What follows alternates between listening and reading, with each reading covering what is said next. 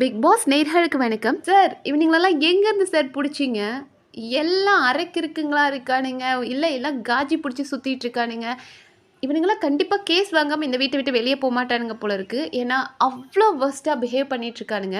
இப்போ நம்ம பார்வதி எடுத்துக்கிட்டோம் அப்படின்னா அது ஒரு பார்ட் டைம் பைத்தியம். திடீர்னு அமைதியாக இருக்கும், திடீர்னு வந்துட்டு நல்லவ மாதிரி போய் எல்லார்ட்டையும் பேசும், திடீர்னு பார்த்தா இந்த இந்த உலகமே தப்பு, நான் தான் கரெக்டு, என்னை சுற்றி இருக்க அத்தனை பேரும் தப்பானவங்க, நான் மட்டும்தான் கரெக்டு, நான் எல்லாரையும் எக்ஸ்போஸ் பண்ணிகிட்ருக்கேன், நான் யாருக்கும் பயப்பட மாட்டேன் அப்படின்னு பயங்கர ஃபெமினிஸ்ட்டாக பேசுவாங்க. பட் அவங்க பயங்கரமான ஃபேக் ஃபெமினிஸ்ட். அவங்களுக்கு தேவைப்பட்டுச்சு அப்படின்னா சூப்பராக விமன் கார்டு யூஸ் பண்ண ஆரம்பிச்சிருவாங்க. ஒரு இடத்துல அவங்களால வேலிடாக பாயிண்ட் வைக்க முடியல அப்படின்னா, ஓ ஒரு பொண்ணுன்னா நீ இப்படி வந்துடுவியா, ஒரு பொண்ணுன்னா இப்படி பேசிடுவியா அப்படின்றாங்க. இன்றைக்கி கம்ருதீனுக்கும் அவங்களுக்குள்ள ஒரு ப்ராப்ளம் வந்துச்சு இல்லை, லைக் திவாகர் சொன்னார் இல்லையா, ஜெயிலில் நீ என்னென்னலாம் பண்ண நான் சொல்லட்டுமா அப்படின்னு.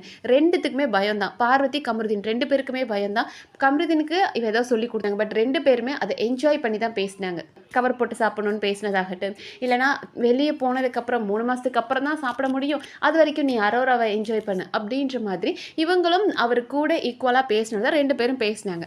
ஆனால் இவங்க திவாகர் கிட்ட சொல்லும்போது பார்வதி எப்படி சொல்லிட்டாங்கன்னா, அவன் தான் என்கிட்ட எக்ஸ்ட்ரீமாக பேசுகிறான், எனக்கு அதனால தான் எனக்கு அவனை பிடிக்கல, பவுண்ட்ரி செட் பண்ணியிருக்கேன் அப்படின்னு. ஸோ அதை திவாகர் எங்கே வெளியே சொல்லி நம்ம மாட்டிக்கோமோன்ற பயத்தில் தான் அழுது நடித்து அப்படியே முடிச்சுட்டாங்க. அதோட நம்மளோட கமருதீன், அவன் கம்ருதீன் இல்லை, அவன் காமருதீன் அப்படின்னே சொல்லலாம். அவன் எப்போ பாரு டபுள் மீனிங்கில் பேசுகிறது, இல்லை அடிக்க போகிறது, இல்லைனா மாக் பண்ணுறது. ஓப்பனாக சொல்கிறாரு இன்றைக்கெலாம் வந்துட்டு, ஆமாம் நான் திவாகரை மாக் பண்ணிட்டு தான் இருக்கிறேன் அப்படின்றார். மாக் பண்ணுறது ரொம்ப அவர் ஒரு இரிட்டேட்டிங். அவருக்கு என்ன பண்ணணுன்னே தெரியாது. பிக் பாஸ் அப்படின்னா ஒன்று லவ் கண்டென்ட் கொடுக்கணும், இல்லை சண்டை போடணும் அப்படின்னு சும்மா சண்டை போடுவார்.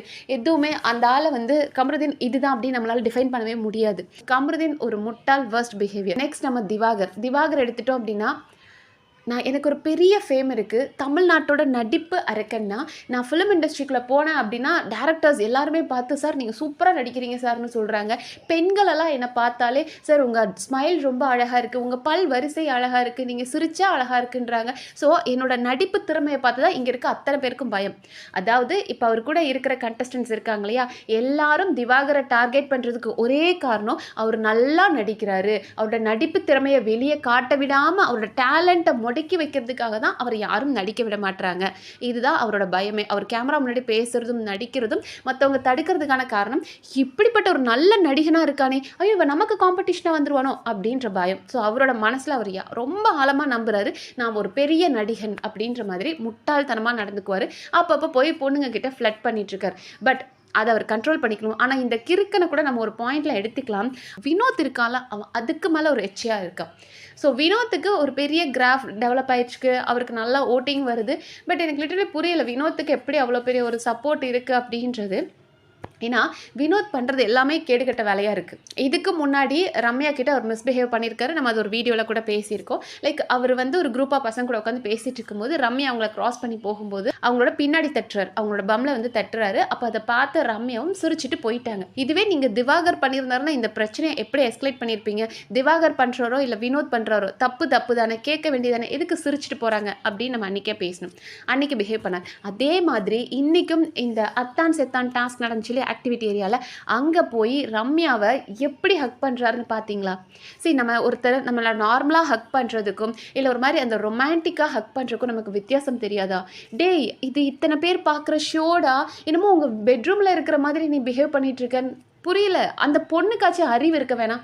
ரம்யாவை அவர் ஏன் மற்ற பொண்ணுங்க கிட்டலாம் இந்த மாதிரி ஆக்டிவிட்டிஸ், மற்றவங்க கிட்ட இந்த மாதிரி இன்டிமேட்டான டச் கொடுக்காம ரம்யாட்ட அதை பண்ணிக்கிட்டே இருக்காரு. ஸோ அவருக்கு தெரியுது ரம்யா ஒரு டான்ஸர், அது மாதிரி ஸ்டேஜ் டான்ஸர் அவ, ஸோ நம்ம அவளை வந்துட்டு யூஸ் பண்ணிக்கலாம் அப்படின்னு நினைக்கிறாரா? அண்ட் ரம்யாவுக்கு அறிவு வேணாம், எல்லா இடத்துலையும் நான் அப்படியே பொங்கிடுவேன், வாய்ஸ் அவுட் பண்ணுவேன், தப்புனா கேட்பேன். ஆக்சுவலி ரம்யா நடிச்சுக்கிட்டு இருக்காங்க, ரொம்ப நல்லவங்க மாதிரி நடிச்சுக்கிட்டு இருக்காங்க. இது ரம்யாவே கிடையாது. ரம்யா இவ்வளோ சைலண்டான பர்சனே கிடையாது. மக்கள் கிட்ட கெட்ட பேர் வாங்கக்கூடாதுன்னு நடிச்சிட்டு இருக்காங்க. நீங்கள் நடிச்சுட்டே போங்க. மற்ற விஷயத்தில் அப்படியே குழந்த மாதிரி, மம்மி எனக்கு பாரு மம்மி, எனக்கு இன்னைக்கு அப்படியே வயிற்றால போயிட்டே இருக்கு மம்மி, லூஸ் மோஷன் ஆகிக்கிட்டே இருக்கு மம்மி அப்படின்னு கனிமடியில் படுத்து தூங்கினாங்க. அவங்க அண்ணன் சபரிக்கிட்ட டே எனக்கு முடியவே இல்லைடா அப்படின்னு சொல்லி கொஞ்சிட்டு இருந்தாங்க. ஆனால் இந்த டாஸ்க் வந்ததும் மேடம் என்ன கொடுத்தாலும் சாப்பிட்றதுக்கு ரெடின்றாங்க. அவங்களுக்கு கால் அடிபட்டிருக்குன்னு, ஆனால் குதிச்சு எழுந்து ஓடி போய் கமருதீனை குத்தணும், அந்த குத்துற டாஸ்கில் பண்ணாங்க. ஸோ மேடம் இப்படியே நடிச்சிட்ருங்க, அது ஓகே. உங்களை ஒருத்தன் தப்பாக டச் பண்ணுறான், அதெல்லாம் உங்களால் கேட்க முடியாதா? நீங்களாம் என்ன எக்ஸாம்பிள்னு உங்களெல்லாம் சொசைட்டியில் அப்படியே நீங்கள் கிழிச்சிருவீங்கன்னு உங்களெல்லாம் பிக் பாஸ் வீட்டில் போட்டிருக்காங்க. அவன் பண்ணுறது தப்பாக இருக்குது அண்ட் உனக்கும் அன்ஈஸியாக இருக்குது அப்படின்னா அந்த இடத்துல என்ன பண்ணுற, உன்னை அண்ணன் அண்ணன் பேசுகிற, இப்படி மிஸ்பிஹேவ் பண்ணுறிய அப்படின்ற அந்த இடத்துல அந்த அளவுக்கு ஸ்லிப்பர் ஷார்ட் ரிப்ளை கொடுத்துருக்க வேண்டாம் நீயே. அதை விட்டுட்டு இவளும் அப்படியே அவனை தள்ளுறாளா, சிரிக்கிறா, என்ன பண்ணுறாங்கன்னே புரியல. ஏன்டா வினோத், உனக்கும் ஒய்ஃப் இருக்குது, குழந்தைங்க இருக்குல்ல, உன் ஒய்ஃபை யாராவது இதே மாதிரி வந்து ஹக் பண்ணட்டும், உனக்கு எப்படி இருக்கும்? அதாவது உன் ஒய்ஃப் நல்லவளா, உன்னை வந்து அவ்வளோ நல்லா பார்த்துக்கணும். அந்த சொல்கிறான் வினோத், என் ஒய்ஃப் இல்லைன்னா என் லைஃபே இல்லை, அவள் தான் எனக்கு எல்லாம், எங்கள் அம்மாவுக்கு அப்புறம் அவள் தான் என்னை நல்லா பார்த்துக்கிட்டாள். அப்படி இருக்கும்போது இன்னொரு பொண்ணை போய் ஹக் பண்ணுற கேட்ட நீ என்ன சொல்வேன்? ஐயோ, நான் தப்பான இன்டென்ஷனில் பண்ணவே இல்லைன்னு. பார்க்குற நமக்கு தெரியாதா? ஒரு நார்மல் ஹக்குக்கும் இப்போ வந்து கனி அண்ட் எஃப்ஜேவும் தான் ஹக் பண்ணிக்குவாங்க. அவங்களோட ஹக் எப்படி இருக்குது, உன்னோட ஹக் அது ஹக்கில் அதுக்கும் மீறி எக்ஸ்ட்ரீமாக வேற என்னமோ பண்ணிட்டு இருந்தான். அதை நம்மளால் டிஸ்கிரைப் கூட பண்ண முடியாது, அந்தளவுக்கு ரொம்ப மோசமாக பிஹேவ் பண்ணிட்டு இருக்கான் வினோத். அண்ட் இன் சீசன் பயங்கர வர்ஸ்ட்டாக இருக்குது. ஒன்று அடல்ட் கண்டென்ட், இல்லைனா சண்டை, தேவையில்லாத சண்டை, இல்லைனா செல்ஃப் ப்ரைசல், இதெல்லாம் பார்த்து இரிட்டேட்டிங்காக இருக்குது. எனக்கு இப்போ வரைக்கும் சோஃபார் யாரையுமே பெருசாக பிடிக்கல. வியானா, சுபிக்ஷா இவங்கெல்லாம் தான் ஓகே. சுபிக்ஷாவை கூட நிறைய பேர் நெகட்டிவ்ன்றீங்க. அந்த பொண்ணு நெகட்டிவெல்லாம் கிடையாது.